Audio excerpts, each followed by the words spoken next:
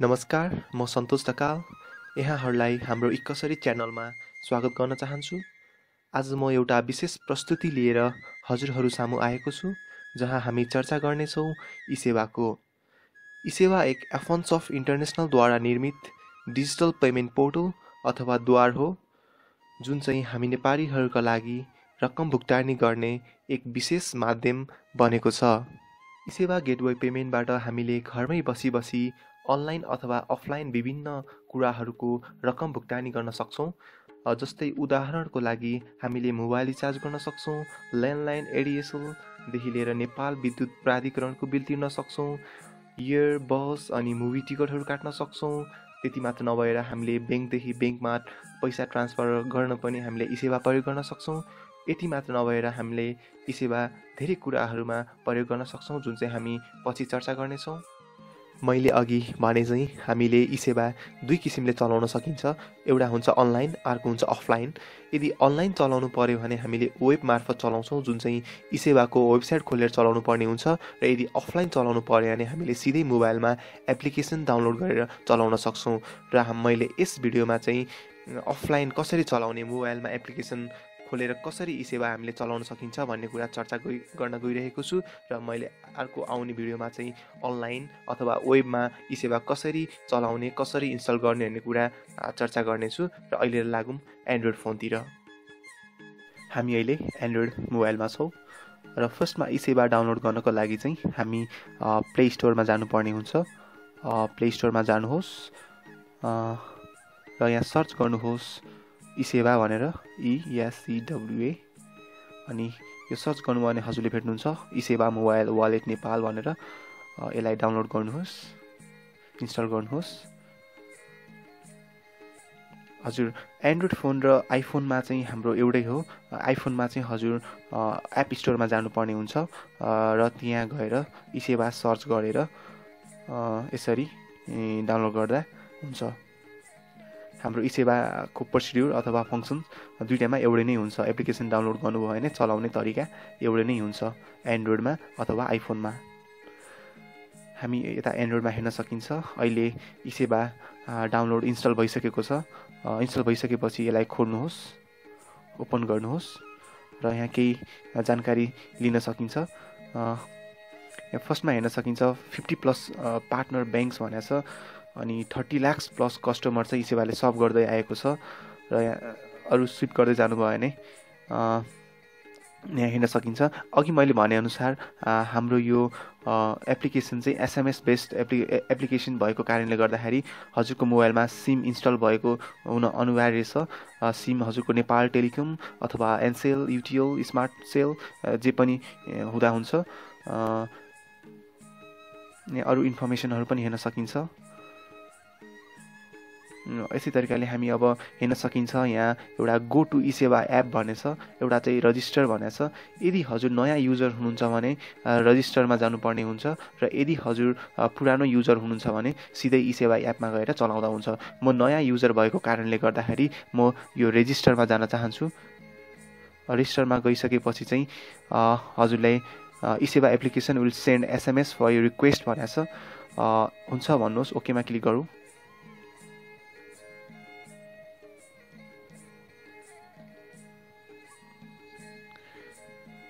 हजुरको SMS send भनिसक्यो। हजुरलाई ई-सेवाले SMS गरिसकेको छ र माथि हजुरलाई पिन नम्बर पठाइसकेको छ। हामी एसएमएसमा अब हेर्न सकिन्छ, एनसेलको बाट हेर्न सकिन्छ congrats you are now registered to eSewa भनेको छ।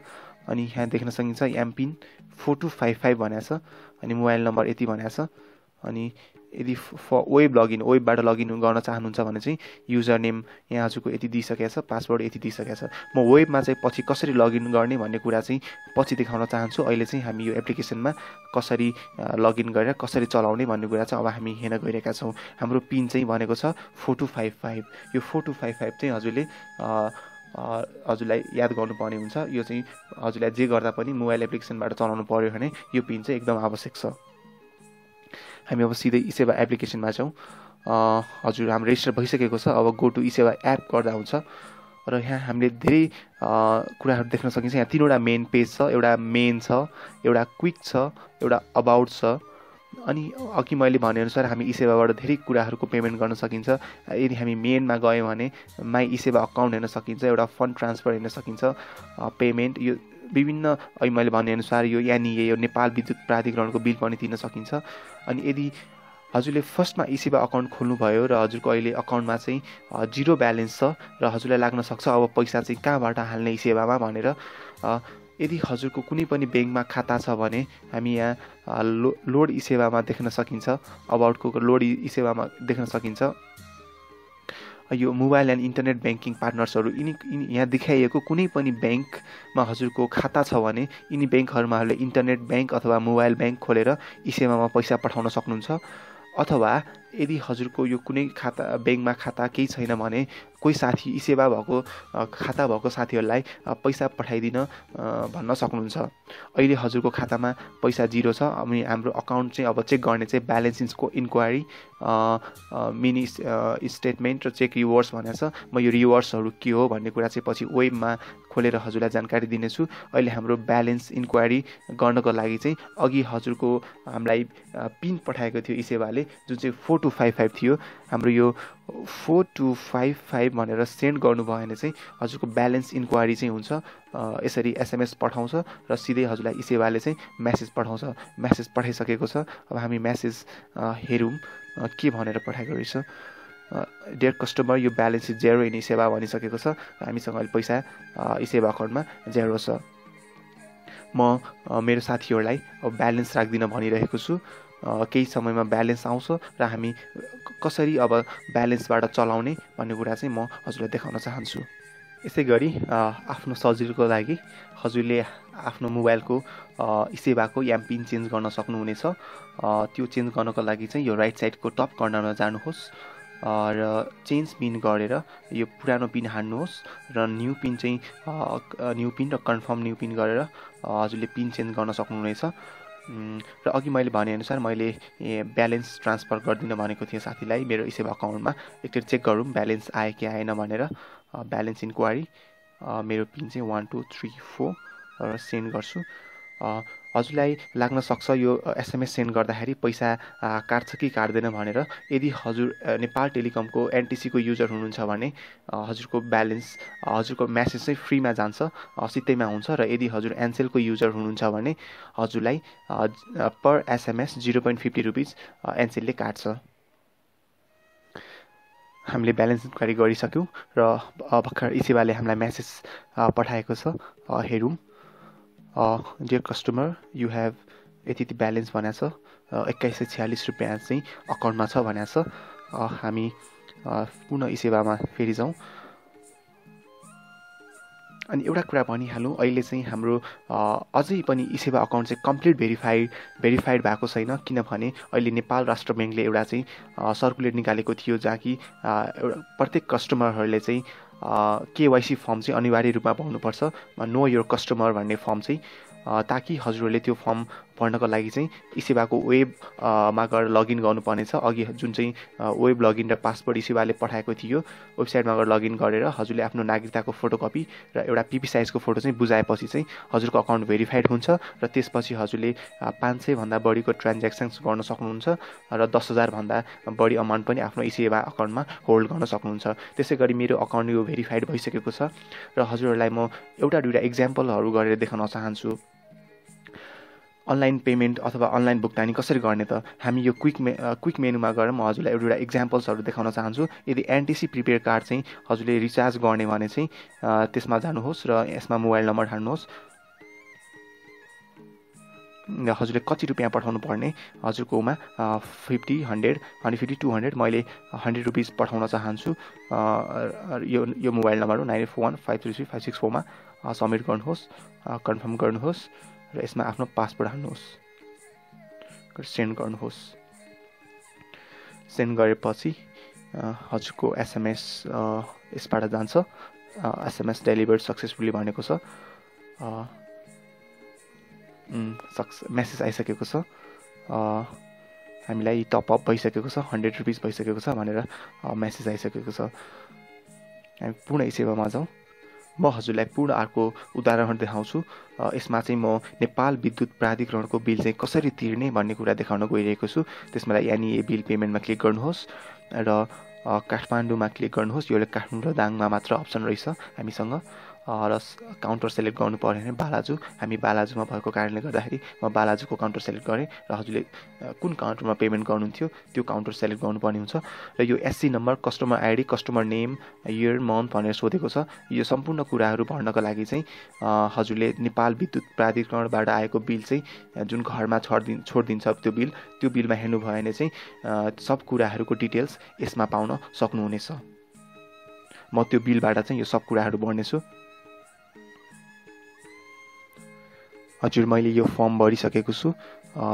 यो एससी नम्बर पनि भरेँ, कस्टमर आइडी पनि त्यही बिलमा हुन्छ, त्यो बिल हेरेर भर्न सक्नुहुन्छ। नाम हान्नुहोस्, इयर हान्नुहोस् र महिना चाहिँ कुन महिना त यो कार्तिक महिनाको तिर्ने हुनाले मैले यो 7 हानेको छु। र अमाउन्ट चाहिँ हाम्रो बिल चाहिँ 1592 आएको थियो र 1592 हानिसकेको छु। र तल एउटा नोट पढ्न सकिन्छ, IS 15 will be charge extra per each successful transactions भनेको छ। 15 रुपियाँ चाहिँ हजुरले ई सेवाबाट तिरे बापत चाहिँ हजुरलाई ई सेवाले चाहिँ 15 रुपियाँ चाहिँ चार्ज ल्याउने गर्छ। अब यो हजुरको सब इन्फर्मेसन राइट छ भने मेक पेमेन्टमा क्लिक गर्नुहोस् र सबै कुरा मिलेको छ भने चाहिँ कन्फर्म गर्नुहोस् र हजुरको पिन नम्बर 1234 थियो, यो सेन्ड गरिदिनुहोस्। सेन्ड गरेपछि चाहिँ हजुरको SMS जान्छ र फर्दर प्रोसेसको लागि जान्छ र हामीलाई मेसेज आइसकेको छ।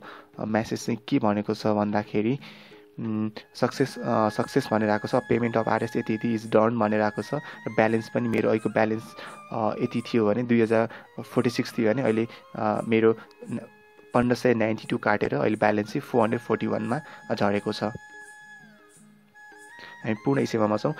अनि यदि हामीलाई फन्ड ट्रान्सफर ई सेवा अकाउन्टदेखि ई सेवामै फन्ड ट्रान्सफर गर्नु पर्यो भने यो मेन मेन्यूको घरमा गएर फन्ड ट्रान्सफर गरेर ई सेवा ट्रान्सफरमा गएर ई सेवा ट्रान्सफरको नम्बर हान्नुहोस्, ई सेवाको नम्बर हान्नुहोस् र अमाउन्ट कति पठाउने हो हान्नुहोस् र सबमिट गर्नुहोस्। सबमिट गरिसकेपछि हजुरलाई ई सेवाको पिन नम्बर सोध्छ, त्यो पिन नम्बर हानेपछि ई सेवा अकाउन्टमा त्यसरी पैसा पठाउन सकिन्छ।